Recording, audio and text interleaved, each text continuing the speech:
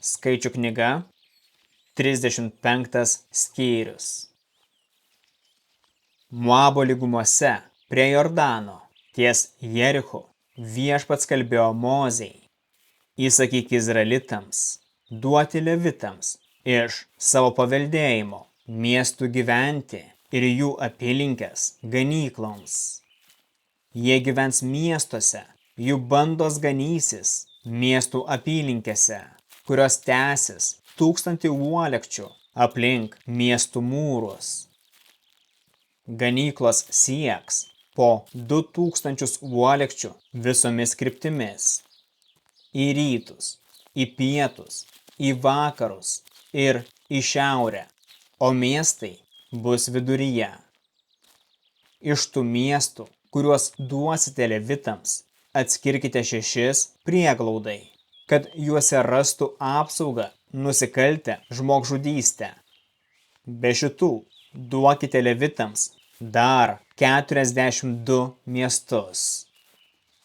Iš viso duokite levitams 48 miestus su jų ganyklomis.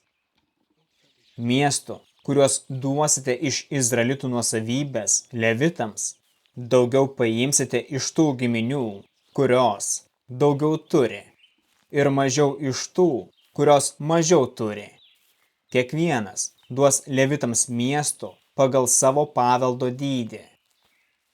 Viešpats tarė Mozei, pasakyk izraelitams, kad įėję į Kanano žemę paskirtų prieglaudos miestus netyčia nužudžiusiems žmogų.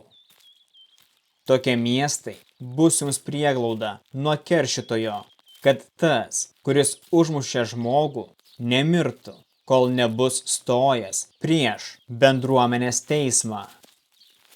Paskirkite 6 miestus prieglaudai, iš kurių 3 bus Jordano rytų pusėje ir 3 bus Kanano žemėje. Tie 6 miestai bus prieglauda izraelitams, taip pat ateiviams ir svetimšaliams, kad kiekvienas netyčia nužudęs žmogų galėtų į juos atbėgti. Jei kas geležimi užmuštų žmogų, bus kaltinamas žmogžudystę ir baudžiamas mirtimi. Jei kas akmeniu užmuštų žmogų, jis bus nubaustas mirtimi. Jei kas bus nužudytas mediniu įrankiu, užmušėjas bus baudžiamas mirtimi. Kraujo keršytojas pats užmuš žudiką, kai tik jį sutiks.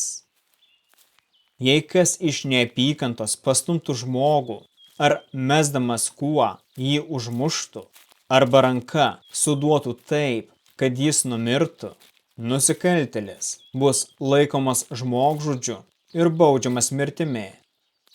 Kraujo keršytojas užmuš žudiką, kai tik sutiks.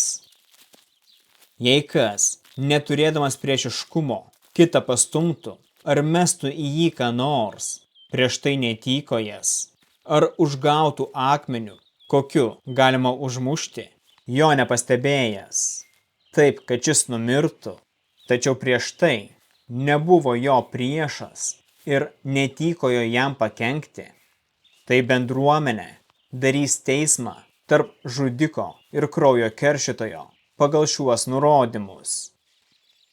Teismas išvaduos žudiką iš kraujo keršytojo rankų ir gražins į prieglaudos miestą, kuriame jis pasiliks iki vyriausiojo kunigo patepto šventu aliejumi mirties.